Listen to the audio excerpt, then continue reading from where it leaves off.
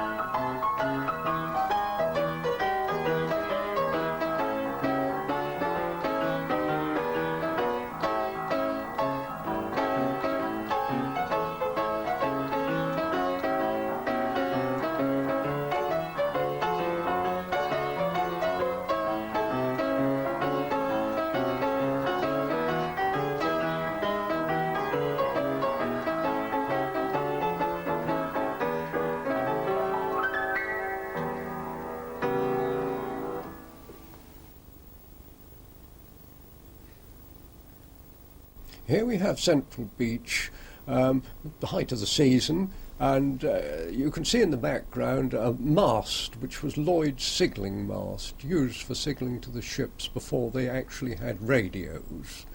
It's the only method of getting a message out.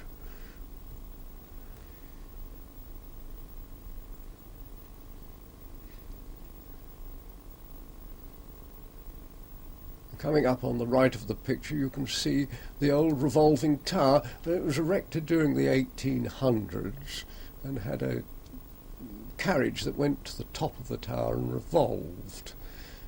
It allowed and carried over 100 people up there at a time.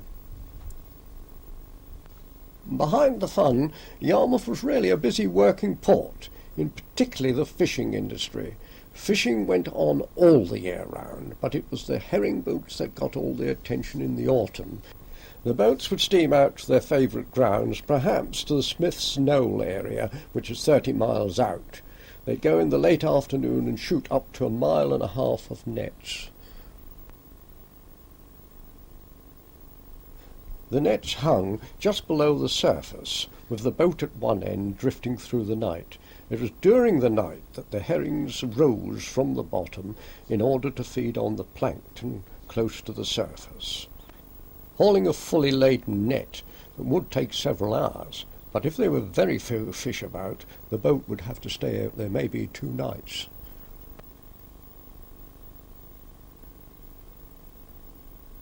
The average catch of a drifter was about 80 to 90 crans.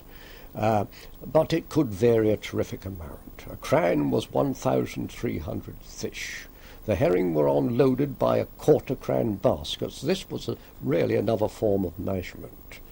Before 1908, every fish was counted by hand in long hundreds. You can always tell when a film was made of herring fishery in Yarmouth by these peculiar shaped double baskets. Yarmouth was the only place where they were used. After the auction, the fish would be taken to be gutted on the Denes by the Scotch fisher girls. These could work exceedingly fast and could gut 50 fish a minute. They not only had to gut them, working outside in all the weathers of the winter, but had to pack them into salt in barrels as well, hand-smarting and often raw. Not all fish were dealt with in this way.